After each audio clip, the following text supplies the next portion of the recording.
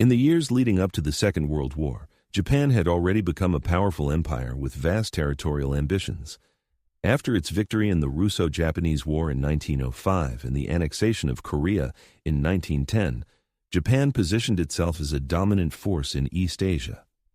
By the 1930s, its military presence extended across Manchuria, China, and eventually much of Southeast Asia and the Pacific.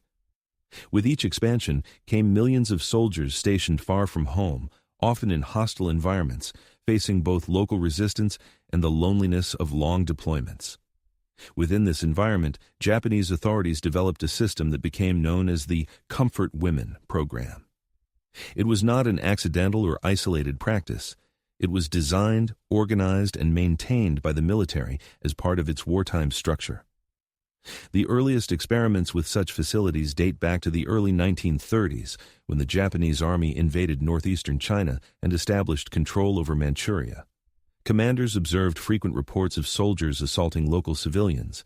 This led to diplomatic complaints, unrest among local populations, and fears of losing control over occupied regions. The military leadership concluded that unregulated misconduct threatened discipline, morale, and even Japan's international reputation. As a response, they began setting up controlled stations where sexual activity could be monitored, regulated, and contained within boundaries chosen by the army. These facilities were presented internally as a way to prevent the spread of sexually transmitted diseases, reduce unauthorized violence, and maintain order among troops. At first, the numbers were small. The first officially recorded comfort stations appeared around Shanghai in 1932 during Japan's campaign in that city. The idea quickly expanded. Once officers saw that these facilities provided an outlet that seemed to reduce reports of mass assaults, the model was replicated across other areas. By the late 1930s, during the full-scale invasion of China, comfort stations had become a standardized part of the military machine. From then on, the network would only grow. The women who ended up in these stations came from many different places. Korea, under Japanese rule since 1910, became one of the main sources. The colonial government cooperated with military recruiters who promised jobs such as factory work, nursing, or restaurant service. Families struggling with poverty often felt they had no choice but to let daughters accept these opportunities, unaware of the reality. Others were taken directly by force, either during military raids or through intimidation. Chinese women were also heavily targeted, especially in occupied cities where the Japanese military faced ongoing resistance. In Southeast Asia, women were taken from the Philippines, Indonesia, Burma, and other territories as the empire expanded during the Pacific War. Taiwanese women, living under Japanese colonial administration, were also vulnerable. Even some Japanese women, often from poor backgrounds, were drawn into the system under promises of employment or patriotic duty. The process varied depending on location and time, but the underlying pattern remained consistent. Military authorities, sometimes working with civilian brokers, organized recruitment drives. In some cases, advertisements promised well-paid jobs abroad. In other cases, officials or police coerced families directly.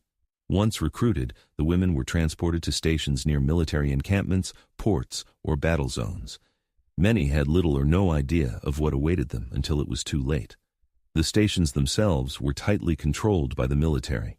They were not improvised or left to chance. Regulations were issued, medical checks were mandatory, and detailed schedules were enforced. Women were often assigned numbers or nicknames, their personal identities reduced to administrative entries.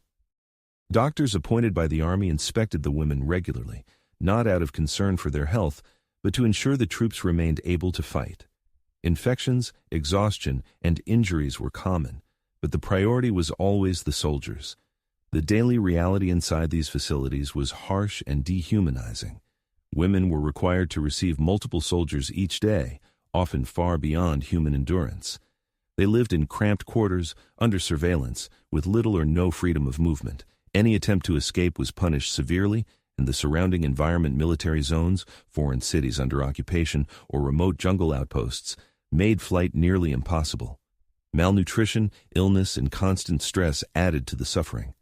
Many women did not survive the war, and those who did carried deep physical and psychological scars.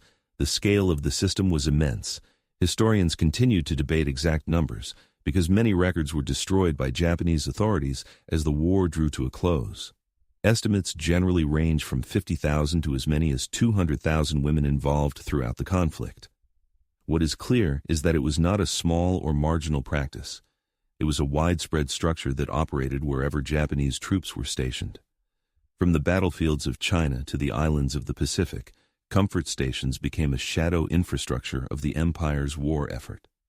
The Japanese military justified the system with several arguments. One was the claim that regulated facilities would reduce random acts of violence against civilians, which otherwise risked fueling local uprisings. Another was the belief that controlling sexual contact would help manage the spread of disease. Still another was discipline. Commanders feared that restless soldiers could become unmanageable without such outlets. Whether or not these goals were ever achieved, the outcome for the women was the same. They became trapped in an organized system that reduced them to tools for military control. The logistics behind the system reveal how deeply embedded it was in wartime planning. The Army provided buildings, sometimes requisitioned private homes or constructed new barracks. It coordinated transportation of women to distant fronts, including shipping them across seas. Medical staff were assigned, often under strict reporting guidelines. Local collaborators, such as brokers or middlemen, were enlisted to find and deliver recruits. Payment structures varied, but most women never received real wages. Some were told they would be paid after the war, only to discover later that no such compensation was ever planned.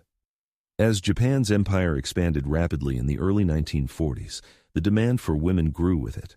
During the occupation of Southeast Asia, comfort stations were established in Singapore, the Philippines, Indonesia, and Burma, among other locations. Naval forces built stations along coastlines and on remote islands where troops were stationed for long periods. Even in areas far from major battles, the military ensured that these facilities were part of the occupation infrastructure. The scope was global in scale, wherever the empire extended its reach. Testimonies from survivors give us glimpses into what this system meant in human terms. Many recall being deceived by promises of work, only to be confined once they arrived at military camps. Others describe the shock of realizing that their supposed employers were military officers. The conditions they faced, constant exhaustion, repeated medical examinations, fear of punishment, made life unbearable. Some survivors were teenagers when they were first taken, unprepared for what awaited them. Their voices, decades later, convey the profound loss of childhood, dignity, and health. Although the military often spoke of the system as a measure of discipline, it was clear that the comfort women themselves had little protection. Violence was common, and there was no avenue to refuse or protest. The women were treated as part of the machinery of war, not as human beings with rights or autonomy. In this way, the comfort station system reflects the broader dehumanization that characterized much of the conflict. By the final years of the war, shortages of resources and the collapse of Japan's supply lines made conditions even worse. Food was scarce, medical supplies were limited, and military defeat loomed. In many areas, women were abandoned as troops retreated, left without shelter, support, or even basic sustenance. Some were killed to prevent them from speaking out. Others struggled to survive amid the chaos of retreating armies and advancing Allied forces. The fact that such a system existed at all is a reminder of how war can create structures that normalize the unacceptable. For the Japanese military, comfort stations became as routine as supply depots or field hospitals. For the women inside them, life was stripped of normalcy, reduced to endurance under constant strain. The long silence that followed the war would make their suffering even harder to bear. But the origins of that silence lay in the way the system itself was designed, hidden within military bureaucracy, justified as strategy, and denied recognition of its human cost.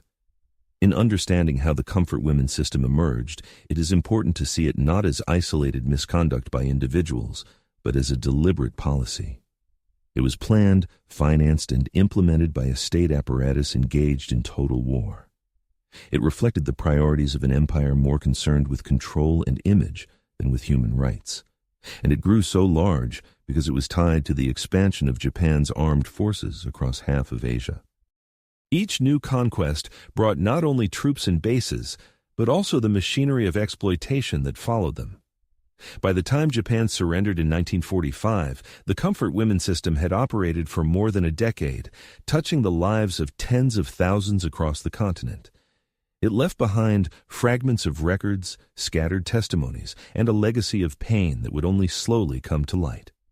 But its origins are clear: a military faced with the challenges of occupation, discipline, and control, and an empire that built an institutional network to address those challenges at the expense of vulnerable women drawn from across Asia and beyond. The comfort women system, therefore, was not a marginal feature of the war. It was a core element of Japan's wartime organization, deeply tied to its expansionist policies and military strategy. It represents one of the starkest examples of how organized structures can be used to normalize exploitation under the guise of necessity. And while its full human cost cannot be measured in numbers alone, the historical record shows that it was vast, systematic, and devastating. When the Second World War ended in 1945, millions of people across Asia and the Pacific faced the task of rebuilding shattered lives. Nations that had been under Japanese occupation sought independence, survivors tried to return home, and societies struggled to recover from years of destruction. Within this chaos, the voices of women who had been trapped in the comfort station system were largely absent. For decades after the war, their experiences remained hidden, suppressed by shame, fear, politics, and deliberate efforts to erase the past. Understanding why these stories were silenced for so long requires looking at both the personal and the political dimensions that shaped post-war memory. For the women themselves, the most immediate barrier to speaking out was stigma. In many of the societies from which they came, Korea, China, the Philippines, Indonesia, and others' traditional expectations placed heavy value on female chastity and family honor. To admit having been forced into a comfort station meant risking rejection by one's community, family, and even future marriage prospects. Many survivors were very young when they were taken, sometimes still in their early teens, yet upon returning home, they feared being treated as if they bore personal responsibility. Silence became a form of survival. Speaking could mean humiliation or isolation, while staying quiet offered at least a chance to resume life, however damaged. Some survivors attempted to hide their pasts completely. They changed their names, moved to new towns, or told family members that they had been laborers during the war. Others tried to suppress their memories, convincing themselves never to speak of what had happened. The trauma of the experience itself, years of coercion, violence, and confinement, also made recalling events unbearably painful. For many, silence was not just imposed from outside, but also chosen as a way to cope with overwhelming memories. At the same time, broader social and political forces reinforced this silence. In the immediate aftermath of the war, Allied authorities prosecuted Japanese leaders in the International Military Tribunal for the Far East, often called the Tokyo Trials. These proceedings covered many aspects of Japanese wartime conduct, from aggression against neighboring states to crimes committed against prisoners of war. Yet the subject of comfort women was barely addressed. Some evidence was presented about forced prostitution, but it was not treated as a central issue.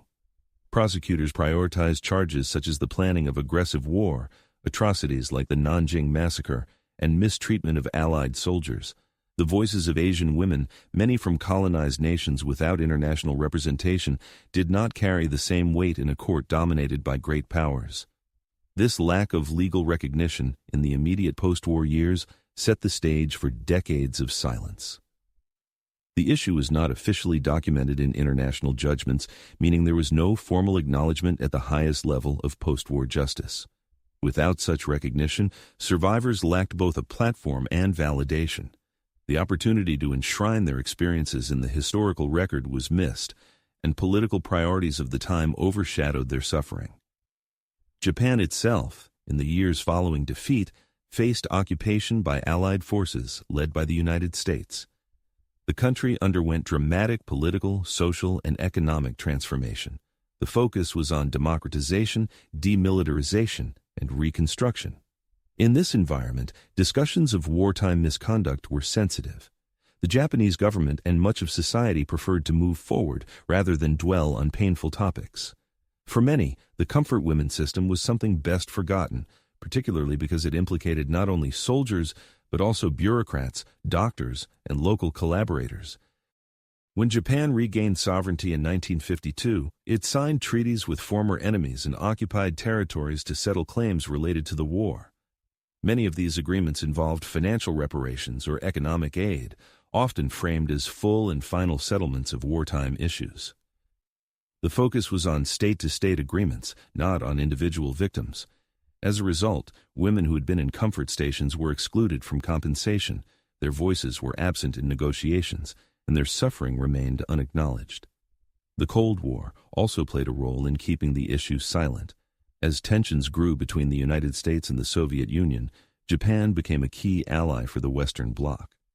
Washington wanted Japan stable, prosperous, and focused on resisting communist influence in Asia. Highlighting Japan's wartime abuses risked undermining this alliance. Therefore, uncomfortable topics like the comfort women system received little attention in international diplomacy. For Japan's neighbors, too, Cold War politics often meant prioritizing security and development over confronting past injustices.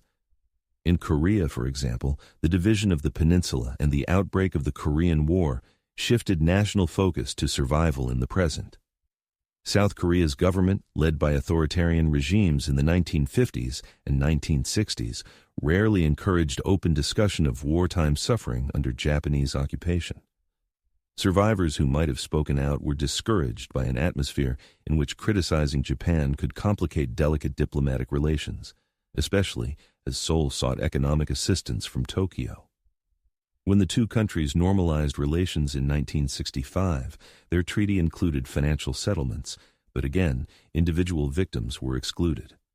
Many women felt doubly betrayed, first by Japan's wartime exploitation, and later by their own government's decision to silence their voices in pursuit of political and economic goals. Another factor contributing to silence was the deliberate destruction of records. As Japan faced defeat in 1945, military authorities systematically destroyed sensitive documents. Orders were given to burn or bury evidence that might be used in future trials. Records about the comfort women system, including recruitment, station management, and medical inspections, were among the materials eliminated. This made it far more difficult for survivors later to prove their experiences or to hold officials accountable. In many cases, the only remaining evidence was the women's own memories, which could be dismissed by skeptics as unverified. The lack of surviving documentation created an additional layer of invisibility. Historians in the 1950s and 1960s, working primarily with official records, found little mention of comfort stations. Without sources, the topic rarely appeared in mainstream accounts of the war. The women themselves remained hidden, reluctant to speak, while official histories glossed over the system. This silence became self-reinforcing. Because the subject was not widely discussed, survivors felt even less able to share their stories.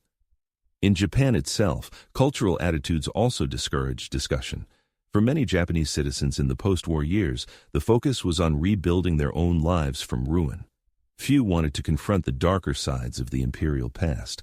A sense of victimhood, centered on the atomic bombings and Japan's own wartime suffering, shaped national memory. In this narrative, Japanese citizens were seen as victims of militarism, rather than as participants in aggression. The stories of comfort women did not fit easily into this framework and were therefore marginalized. In occupied countries, survivors were left to carry their trauma in silence. Many returned home to poverty and ill health, unable to explain what had happened. Some never married, fearing rejection. Others lived double lives, hiding their past from children and grandchildren. Shame was an ever-present burden, reinforced by communities that valued silence over acknowledgement. Even when survivors did try to speak, their accounts were often dismissed.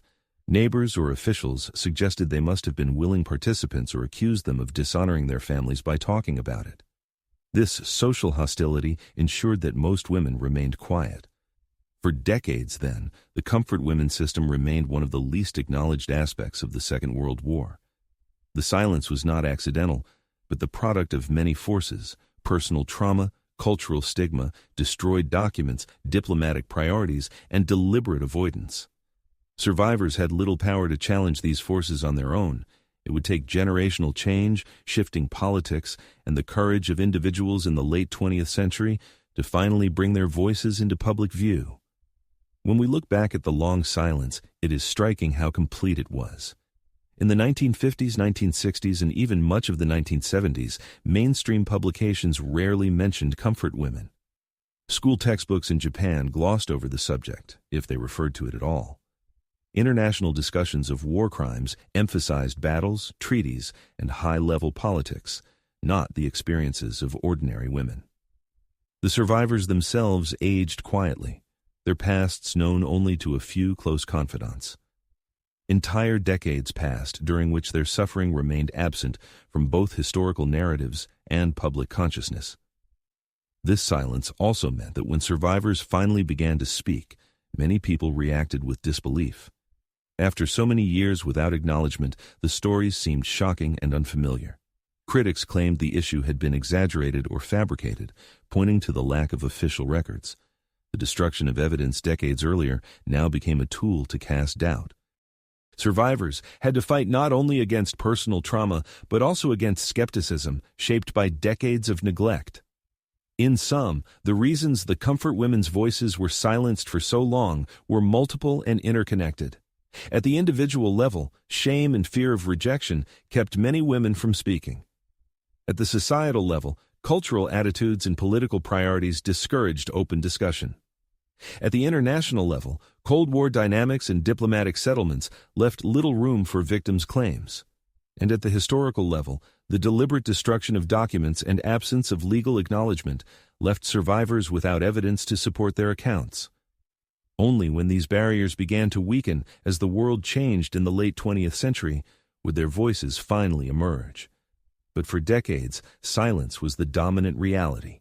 It was a silence born not of forgetfulness, but of suppression, social, political, and deliberate. And that silence compounded the original injustice, leaving survivors to carry their pain alone, unrecognized and unheard. For decades after the war, the voices of comfort women were absent from public memory. But beginning in the late 20th century, this silence slowly broke. What had once been hidden in shame and obscurity became part of international conversations about history, justice, and human rights. The way the world finally learned the truth and the reasons why remembering it remains vital are as important as the story of the system itself. The first major turning point came in the 1980s. By this time, survivors had grown older. Many lived in poverty and poor health, still carrying the weight of unspoken trauma. A younger generation of scholars, journalists, and activists began researching neglected aspects of wartime history. In South Korea, democratic movements of the 1980s encouraged freer speech and gave citizens space to raise previously suppressed issues. Among these were calls to recognize the suffering of women who had been taken by the Japanese military. In 1991, a woman named Kim Hak-sun stepped forward in Seoul to give her testimony publicly. She became the first comfort woman survivor to identify herself by name and speak openly about her experiences. Her voice, trembling yet determined, broke through decades of silence. Once she spoke, others followed. Women who had remained quiet for nearly half a century began to share their stories, some in Korea, others in the Philippines, Taiwan, China, and beyond. Their testimonies carried extraordinary power. They were personal, direct, and undeniable. The impact was immediate. Survivors demanded official acknowledgement and compensation from the Japanese government. Activists organized rallies, petitions, and court cases. The weekly protests that began in front of the Japanese embassy in Seoul in 1992, often led by elderly survivors, became a symbol of persistence. These Wednesday demonstrations continue to this day, making them one of the longest-running protest movements in the world. As survivors spoke, researchers and journalists uncovered additional evidence. Though many wartime records had been destroyed, fragments remained in archives in Japan and elsewhere. Orders, diaries, and testimonies from former soldiers revealed how systematic the comfort women system had been. International attention grew. United Nations reports in the 1990s examined the issue as a matter of human rights.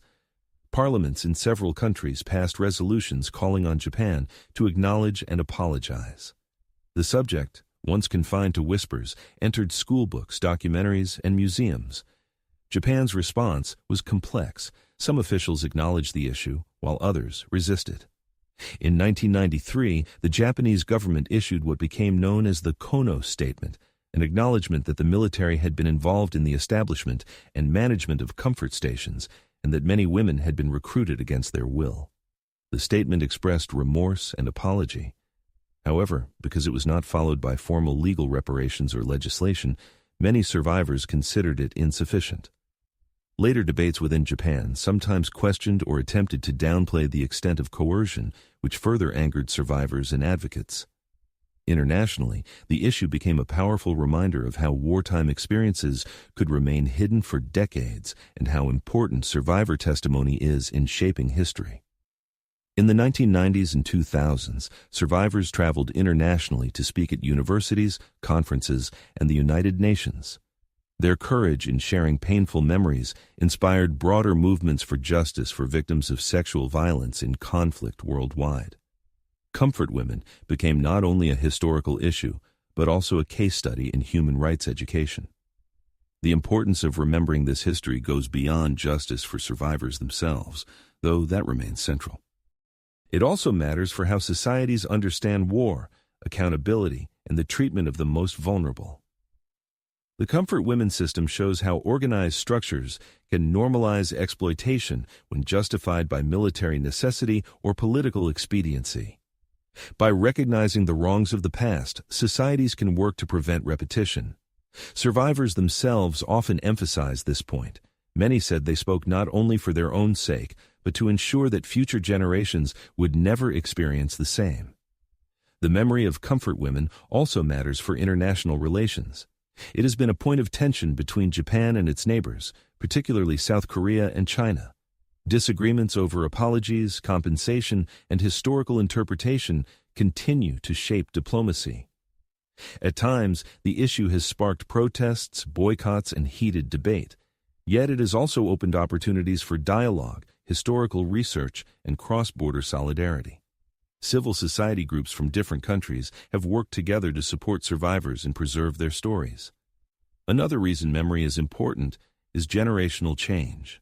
As survivors age, their voices are fading. Many have already passed away. Those who remain know that time is short, which makes recording and sharing their testimonies urgent. Once they are gone, only the historical record will remain. Ensuring that their voices are preserved is part of honoring their dignity and recognizing the injustice they endured. Educational efforts have become a key part of this work. Museums in Korea, China, and other countries feature exhibits on comfort women. Monuments have been erected in cities around the world, from Seoul to San Francisco, to remind passers-by of their story. Artists, filmmakers, and writers have created works to give survivors' experiences a broader audience. While these efforts sometimes face political opposition, they reflect a growing global recognition that the memory of comfort women is part of shared human history, not just a regional dispute. The truth about comfort women also plays a role in shaping how the world understands sexual violence in conflict. For decades, such violence was dismissed as an inevitable byproduct of war, outside the scope of serious legal accountability. But from the 1990s onward, international law began to shift. Tribunals for conflicts in the Balkans and Rwanda recognized sexual violence as a war crime and a crime against humanity. In these debates, the testimony of comfort women survivors served as historical precedent, showing that such abuses had long been systematically organized, even if unacknowledged at the time. This legacy continues today. Human rights advocates argue that remembering comfort women is not just about the past, but also about preventing future abuses. By recognizing the scale and structure of what happened, societies can strengthen protections for vulnerable populations in conflicts, improve accountability, and promote education about gender and human rights. Survivors often express this hope directly, that by sharing their stories, they could help ensure that no one else would have to live through the same suffering. The question of why memory matters can also be understood on a more personal level. For the survivors speaking out, brought a measure of dignity. After decades of silence and shame, being heard gave them recognition as human beings whose suffering was real and undeserved. Even when apologies or compensation fell short, the act of testifying itself gave them agency. Their stories turned private pain into public truth, making clear that what happened was not their fault, but the result of a system imposed upon them. As we consider the journey from silence to recognition, it's important to remember how fragile memory can be. Without the courage of survivors, the persistence of activists, and the work of researchers, the story of comfort women might have remained in the shadows. It is a reminder that history is not only written by governments or in official documents, but also shaped by those who refuse to let injustice be forgotten. Today, the legacy of comfort women stands as a warning and a call to action. It warns of what can happen when institutions prioritize control and military necessity over human dignity. And it calls us to act, to listen to survivors, to teach future generations, and to ensure that silence does not once again erase the suffering of vulnerable people. In the end, the story of comfort women is not only about the past, it is also about the present and the future. It is about how societies choose to confront uncomfortable truths, how they honor those who endured injustice, and how they work to prevent repetition.